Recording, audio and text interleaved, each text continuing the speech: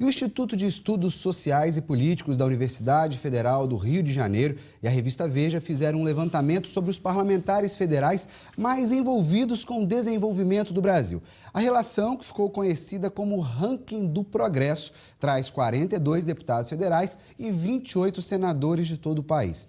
E como será que ficou a situação dos representantes do Espírito Santo? Bem, no ranking dos senadores, nenhum capixaba entrou nessa lista.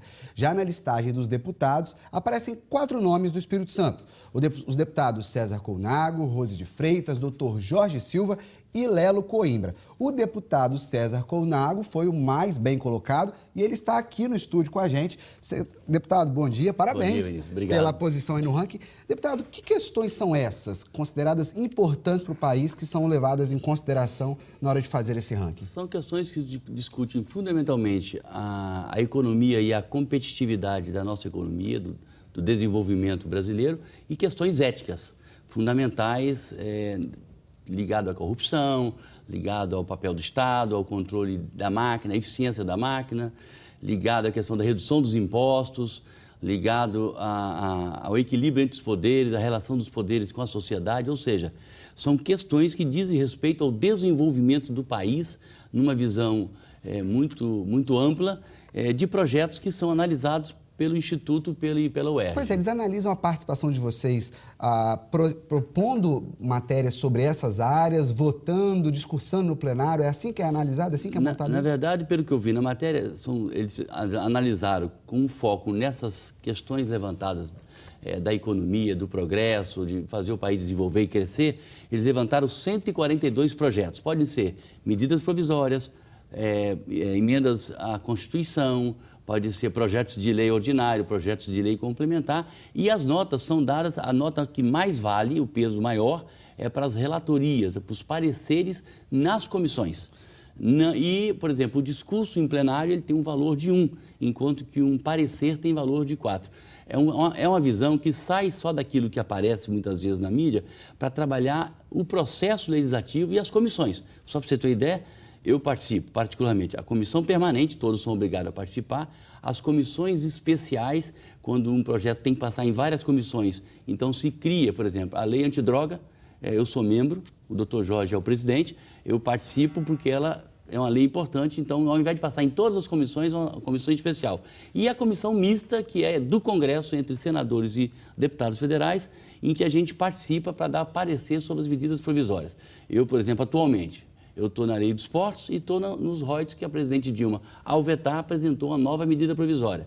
Então, nós estamos participando de várias comissões. Agora, deputado, você está falando de trabalho parlamentar, agora o Congresso parece que está devendo. A gente viu semana passada essa questão dos royalties, que tem 3 mil vetos presidenciais ainda parados no Congresso. Na verdade, isso tem a ver com o equilíbrio dos poderes. Há 10, 12 anos, o processo legislativo ele pode iniciar nos 3 poderes, judiciário, no executivo e no legislativo, mas ele tem que terminar no legislativo. E de forma absurda, por uma coisa de um Congresso completamente subserviente, um Congresso que não pauta e é pautado pelo Executivo. O Executivo inicia a lei e termina a lei, porque à medida em que ele veta e não vem para casa, a palavra inicial e final fica do presidente da República. Quer dizer, 3 mil vetos dos últimos 10 anos é um absurdo e vetos importantes. E aí quiseram, pela questão da nossa defesa, do Rio de Janeiro, querer votar aqueles 3.059 vetos num dia e numa hora, absurdamente, o que colocaria em risco a segurança jurídica desse país. Aliás, contratos de segurança jurídica é um dos pontos que a revista Veja, junto com a UERJ, trabalha, ou seja, a estabilização da democracia e a independência dos poderes. Absurdamente, tá certo? A gente é pautado a um abuso do uso de medidas provisórias. Aliás, tem uma PEC lá que eu estou trabalhando com ela na CCJ, agora vai para a comissão especial que eu quero participar, em que ela regula melhor as medidas provisórias. Quer dizer, nós estamos numa democracia meio deturpada, porque essa questão que o Supremo, numa função correta de analisar a questão da constitucionalidade, paralisou a votação dos royalties, foi porque o Congresso não está cumprindo a sua função. Deputado, já que o senhor está falando da questão dos royalties, como é que isso ficou agora para o ano que vem?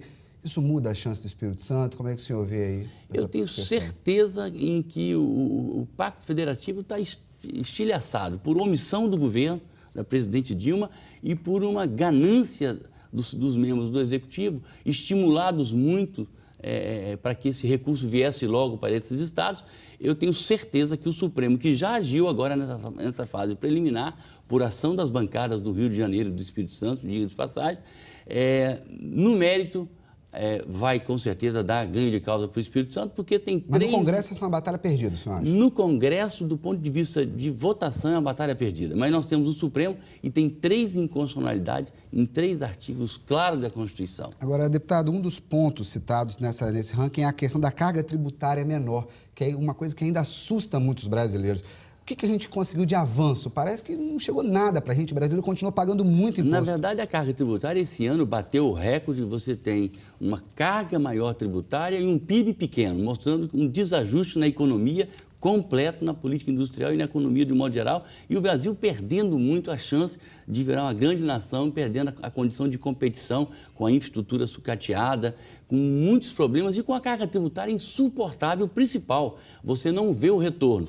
Teve uma matéria que, quando cheguei lá, de origem popular, que eu pautei como líder do PSDB no partido, levamos para o Colégio Líder e aprovamos esse ano, que é a transparência nas notas fiscais ou em mostruários, em tabelas, nos comércios, para mostrar o quanto nós pagamos impostos nesse país. Isso vai criar uma consciência tributária, isso é uma conquista do povo brasileiro, foi iniciativa da população brasileira e nós fomos determinantes. Isso, com certeza, leva com que a nossa consciência tributária aumente e, de repente, vamos cobrar mais o retorno desse imposto e pagar, porque dentre os países chamados BRICS, mesmo estágio de desenvolvimento, o que mais paga imposto é o Brasil. Ok, deputado, muito obrigado. Parabéns pela colocação do senhor nesse ranking.